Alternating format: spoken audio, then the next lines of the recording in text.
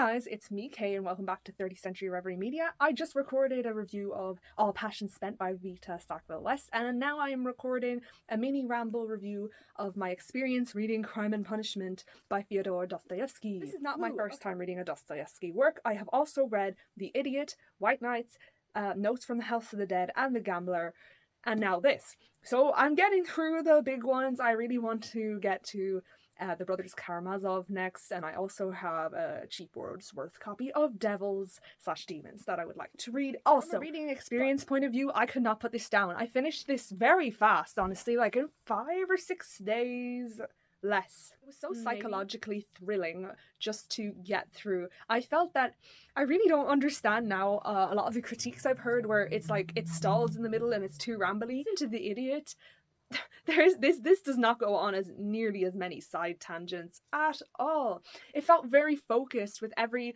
new twist and turn, just trying to ramp up the tension because you know that something bad or some type of confession is coming at the end. So really it's all just building to, oh my god, is it gonna happen now? Is it gonna happen now? How is it gonna happen? Yeah. So I loved this just from a purely entertainment perspective, but also it was very thought-provoking too. So what I want to focus on in this video is kind of mapping some of the characters and themes together and just rambling a little bit about what I feel this book had to say and my interpretations of some of the themes and societal commentary in it. Again, it's a bit rambly. I finished this book like a couple of days ago, last week. I don't even remember. And I just want to chat about it by discussing Raskolnikov, our protagonist, the murderer at hand. Well, I found him to be rather tragic. He was obviously unlikable, but I felt he was quite realistic too, and there was a lot about his psychology that made him a very sympathetic character.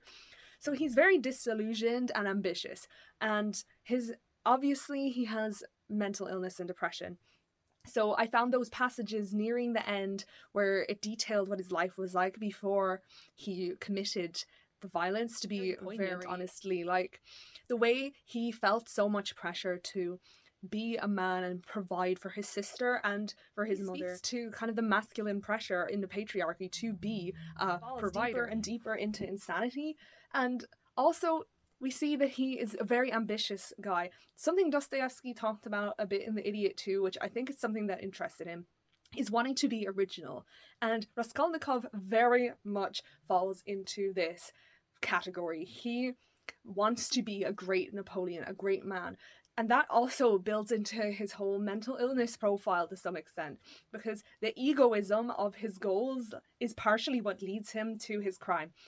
But by the end of the novel, we see that kind of society and convention take over again, and it is explained as poverty drove him to the crime. But we know that the real story is way more complex than that. It was so many different things driving him to do what he did.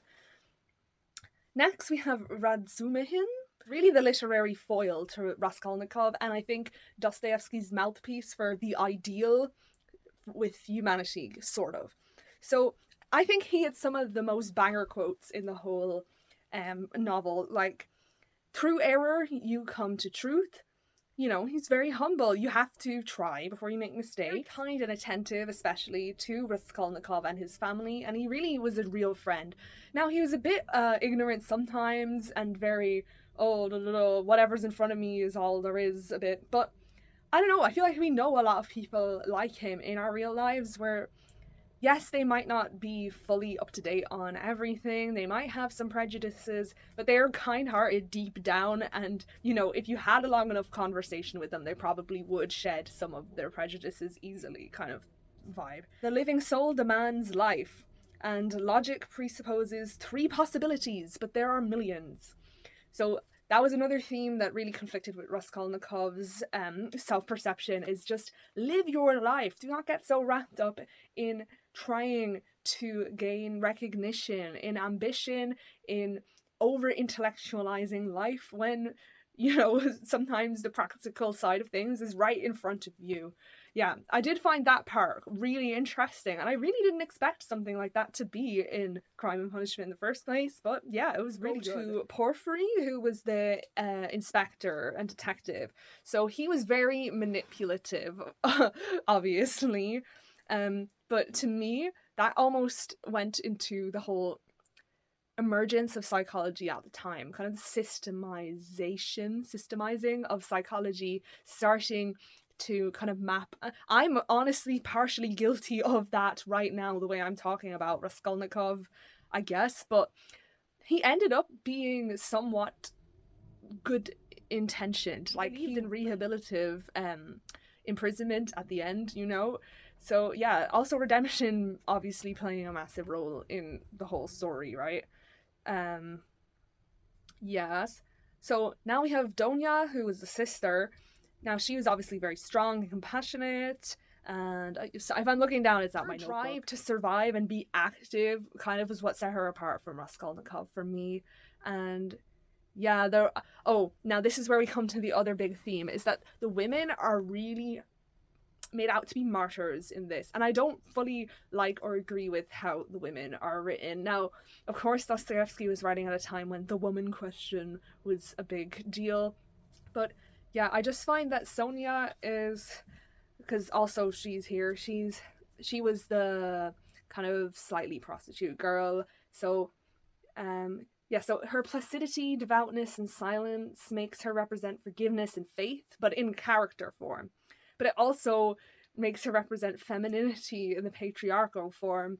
So we are almost conflating that with faith, which does that make sense the way I'm phrasing that? I'm not sure. Because she was meant to symbolize faith and forgiveness. That's why, you know, in the last chapter, in the epilogue, that the people in the prison village in Siberia gravitated towards her and liked her instantly, because she's supposed to represent that as a character. You know, the concept of sin, right?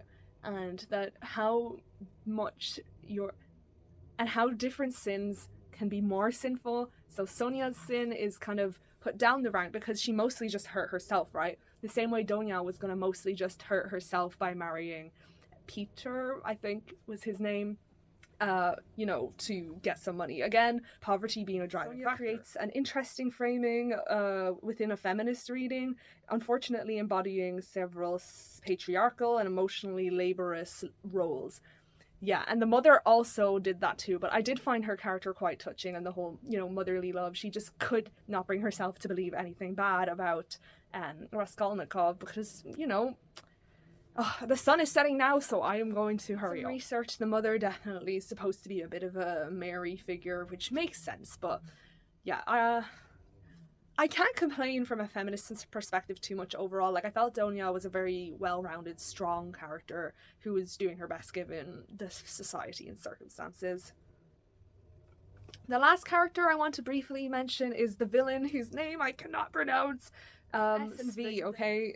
Yeah, this far in the video, please give me your opinion on this guy, because his nightmare about the 5-year-old child or something, I don't know if I read that the right way, but obviously this guy is very woman crazed, right? But after that nightmare, and also like the very young bride section part, I was like, he's definitely meant to be a PDF file, right?